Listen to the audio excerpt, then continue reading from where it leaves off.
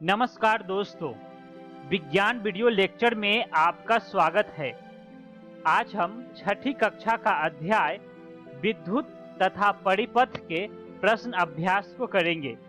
तो आइए प्रश्नों की तरफ बढ़ते हैं।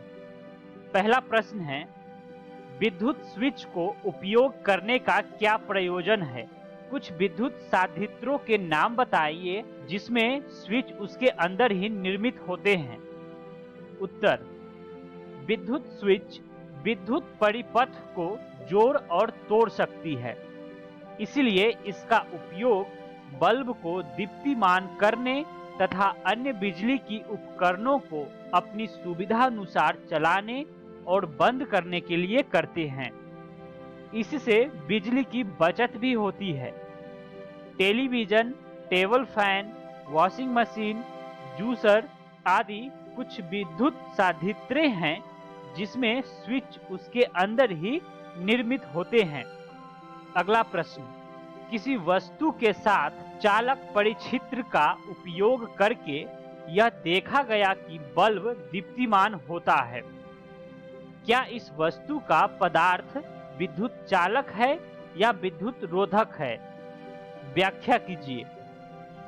उत्तर, किसी वस्तु के साथ चालक परिक्षेत्र का उपयोग करने पर बल्ब का दीप्तिमान होना यह सिद्ध करता है कि इस वस्तु का पदार्थ विद्युत चालक है। अगला प्रश्न, आपके घर में स्विच की मरम्मत करते समय विद्युत मिस्त्री रबर के दस्ताने क्यों पहनता है? व्याख्या कीजिए। उत्तर, रबर विद्युत रोधक वस्तु होता है जिसके कारण ये अपने अंदर से विद्युत धारा को प्रवाहित नहीं होने देता है। जब विद्युत मिस्त्री हमारे घर में स्विच की मरम्मत करता है तो नंगे तार से उसके अंदर विद्युत प्रवाहित हो सकता है, इससे उसे शॉक लग सकता है। रबर के दस्ताने इस शॉक से उन्हें बचाता है, इसलिए स्विच की मरम्मत करते समय विद्युत मिस्त्री रबर के दस्ताने पहनता है। अगला प्रश्न, विद्युत मिस्त्री द्वारा उपयोग किए जाने वाले औजार जैसे कि पेचकस और प्लायर्स के हथों पर प्रायः प्लास्टिक या लकड़ी का आवरण चढ़े होते हैं। क्या आप इसका कारण समझा सकते हैं? उत्तर, प्लास्टिक या लकड़ी विद्युत रोधक वस्तु होता है जो विद्युत मिस्त्री को विद्युत शॉक से बचाता है।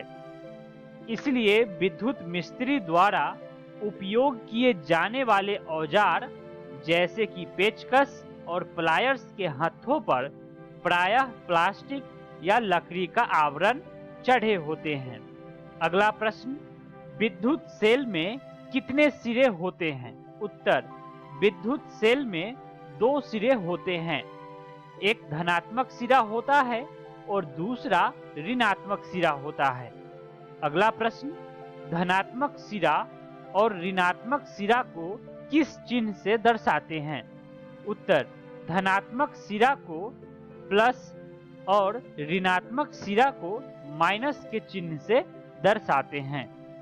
अगला प्रश्न, बल्ब का तंतु किसे कहते हैं? उत्तर, प्रकाश उत्सर्जित करने वाले पतले तार को बल्ब का तंतु कहते हैं। यह तंतु 2 मोटे तारों के बीच लगा होता है। अगला प्रश्न, विद्युत रोधक किसे कहते हैं? उत्तर, जो पदार्थ अपने अंदर विद्युत धारा का प्रवाह नहीं होने देता है उसे विद्युत रोधक कहते हैं, जैसे कि रबर, प्लास्टिक, लकड़ी इत्यादि। अगला प्रश्न, वायु विद्युत चालक है या विद्युत रोधक है? उत्तर, वायु विद्युत रोधक है।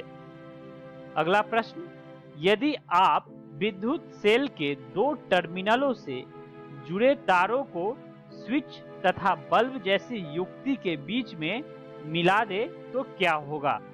यदि विद्युत सेल के 2 टर्मिनलों से जुड़े हुए तारों को स्विच तथा बल्ब जैसी युक्ति के बीच में मिला दे यानी कि सटा दें तो ऐसा करने पर विद्युत सेल के रासायनिक पदार्थ बहुत ही तेजी से खर्च हो जाएंगे और हमारा विद्युत सेल काम करना बंद कर देगा।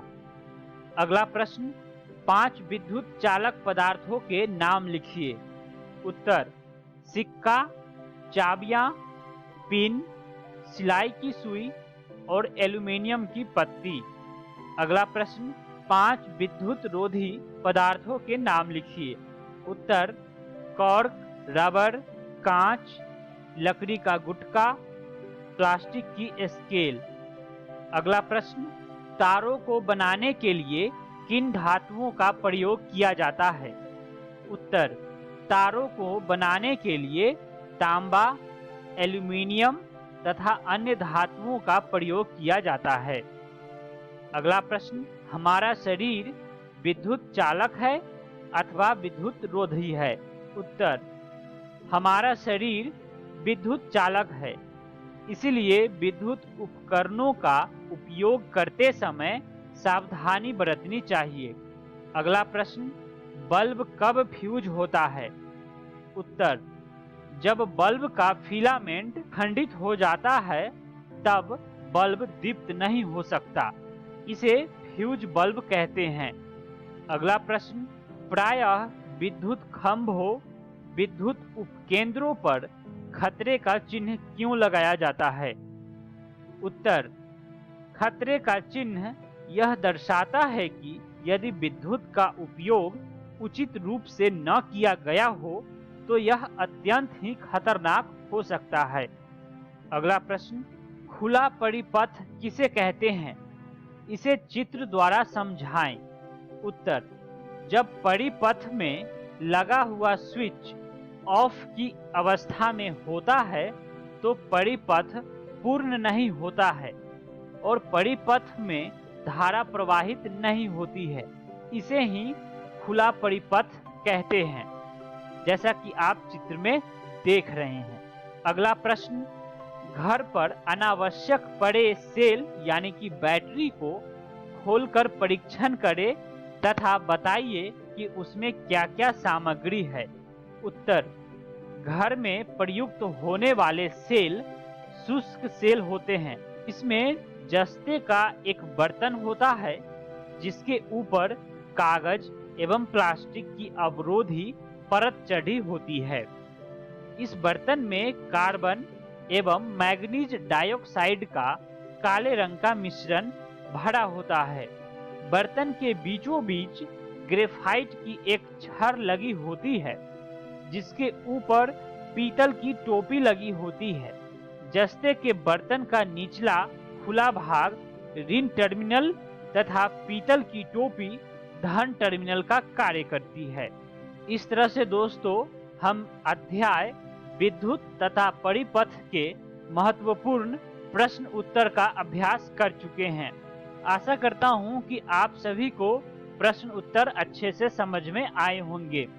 मिलते हैं अगली वीडियो में एक नए अध्याय के साथ। धन्यवाद।